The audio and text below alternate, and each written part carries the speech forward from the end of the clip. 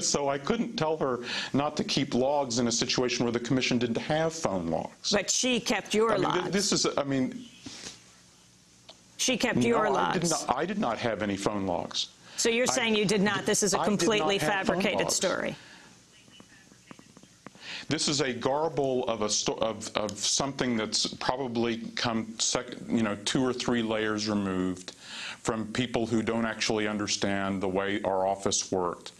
But no one in the office thought that I was concealing anything from the commissioners, and the commissioners don't think I was concealing anything from them because they were briefed on all these contacts. Well, and they also knew very well what my relationship with the White House was, since, as the commissioners have recently put it, Zelikow was the White House's biggest problem. And the commissioners, if you just call them and ask them, will point out that I was actually a source of constant trouble for the White House, and the White House had hoped that the commission would put someone else in my job. And in fact, the White House's biggest supporters, like Bill Sapphire, were slamming me in their columns during 2004 because I was leading the commission to knock down the theories they supported.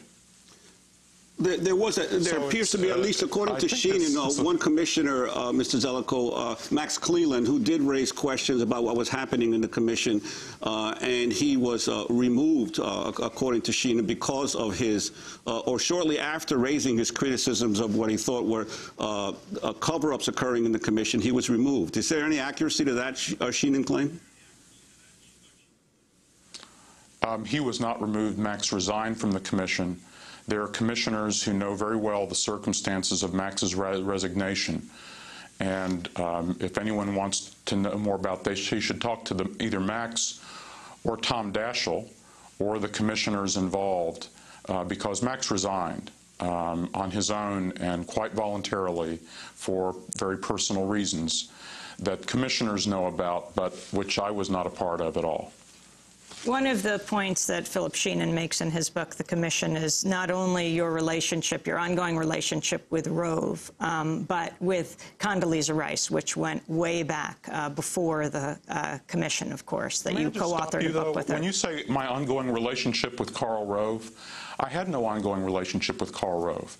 I've never worked with Karl Rove. I've never had any political dealings with Karl Rove at all in my life. So this is... Your question just kind of assumes things that just aren't true.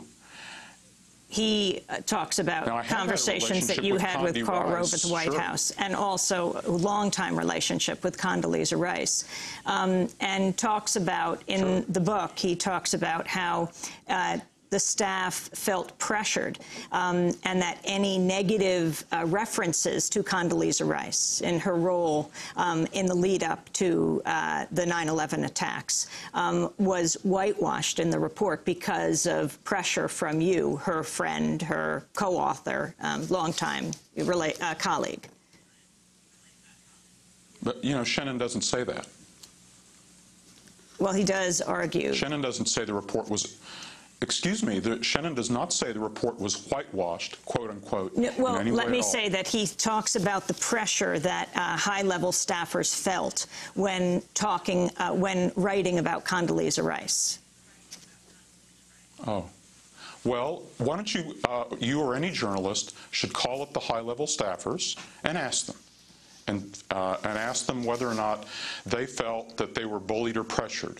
The leader of that team, who worked in the Clinton White House, I'll add, has gone on the record with the Associated Press saying that their team did not feel bullied in any way at all.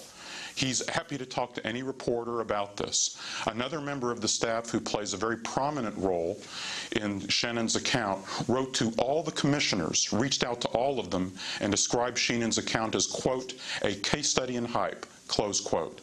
But journalists who want to check this out, go talk to them. You don't have to take my word for it. Go ask them if they felt pressured. Of course, the irony in all of this was at the time, the White House's supporters were denouncing me, and here 3.5 years later, I'm being attacked from the other side. Well, the commissioners themselves don't feel that they were in the commissioners feel that they understood exactly how I was running the commission staff and how I was doing the work. They had transparency into what was going on, And I think they can speak for themselves now on the final product. What Shenon argues, what he argues, that any key facts were left out of the report. What he argues is that you sought to intimidate staff to avoid damaging findings for President Bush, who at the time was running for re-election, as well as references to Condoleezza Rice in any damaging way.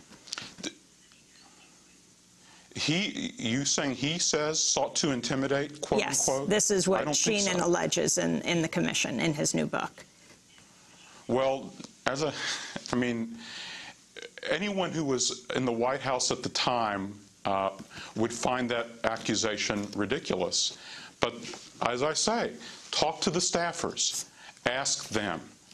Ask them if they thought that I was trying to intimidate them. The leader of the team is happy to talk to any reporters who will ask. So what I'm trying to do is I don't want to get in an argument where I'm saying, you know, Shenon says this, Zelikow says that.